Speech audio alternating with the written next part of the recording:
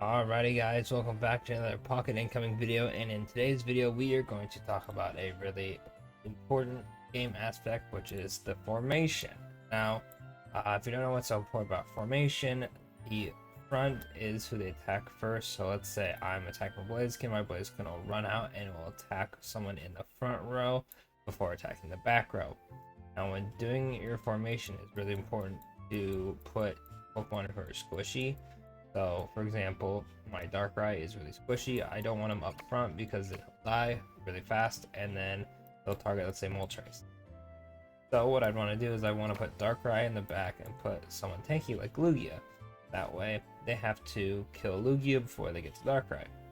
Now, another thing to know with team formation is that certain Pokemon have certain patterns of attack, such as the first 3 in a row, right? I know Blastoise's ult targets the first 3, so if you have, let's say, like this, even though these Pokemon are tanky, Pichu would also take a bunch of damage, but there's not too many Pokemon with attacks that target the front row. There are Pokemon like Scizor. Scizor attacks the backline, so even if T-Tar and Lugia are up front, Scizor can still attack Darkrai, and since Scizor can be against Darkrai, he'll kill him.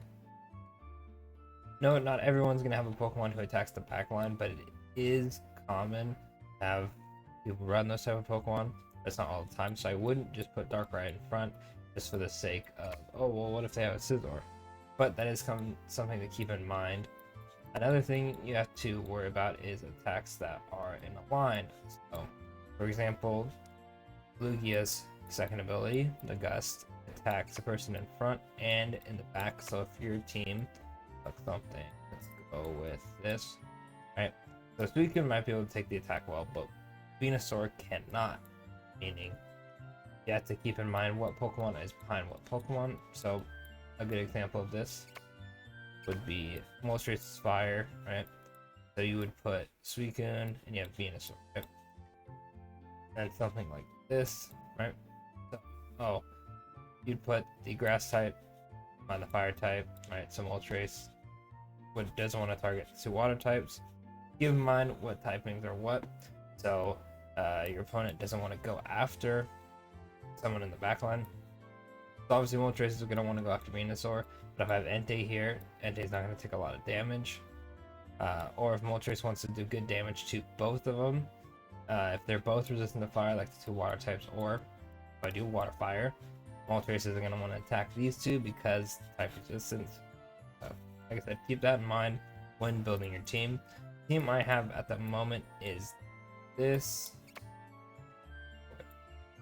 The reason I have it for this, right, is because Lugia is by far the tankiest Pokemon. So when he gets hit in a row, he's going to stay alive a lot longer than Pokemon in the back. So if I put Darkrai, who is probably the squishiest Pokemon on my team, Darkrai is going to die way sooner than Lugia is if they have row attacks. Blaziken is probably my tankiest Pokemon on my team, so I put him with Lugia so he can actually take the hits that would hit Lugia and him at the same time. That way I'm not losing a Pokemon. I have Darkrai behind Moltres because Moltres is easily my least tanky, so Moltres is more likely to die first before Darkrai. And let's say my team is this. They can't target Darkrai unless they have an ult that targets the backline, or like something like Scizor or Sceptile. The Darkrai just can't get hit at this point on until T-Tar and Lugia die. That is, unless Moltres is still up and can attack. There's a possibility that Moltres dies and Darkrai dies at the same time, but it hasn't happened too often. And then Ray and T-Tar here. T-Tar has Death Immune, but Ray normally tanks most of the damage anyway. So I think this is a good team formation. Keep in mind how tanky the Pokemon in front are, and if Pokemon in the back can handle attacks, that would hit them as well. Darkrai also has an ult that hits everybody, so you can't really strategize against that too much, but you can against ults like Ray, Moltres, and Lugia that go in a row. Other than that, that's pretty much it for team formation.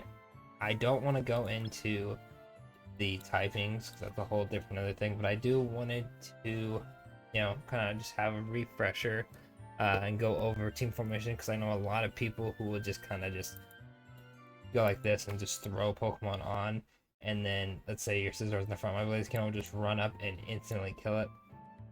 Or, like I said before, if a Pokemon is weak, like Venusaur's in the back, I'll just have my Lugia attack it, and I'll do a ton of damage, and then I can use my Moltres to attack the Venusaur again, and the Venusaur will probably die at that point. So, that's pretty much it for the video. Don't forget to like and subscribe. Quick video this time. There's not too much happening in the game. I'm sure a new event will come soon though, and I will go ahead and cover that. But for now, thanks for watching and have a good rest of your day.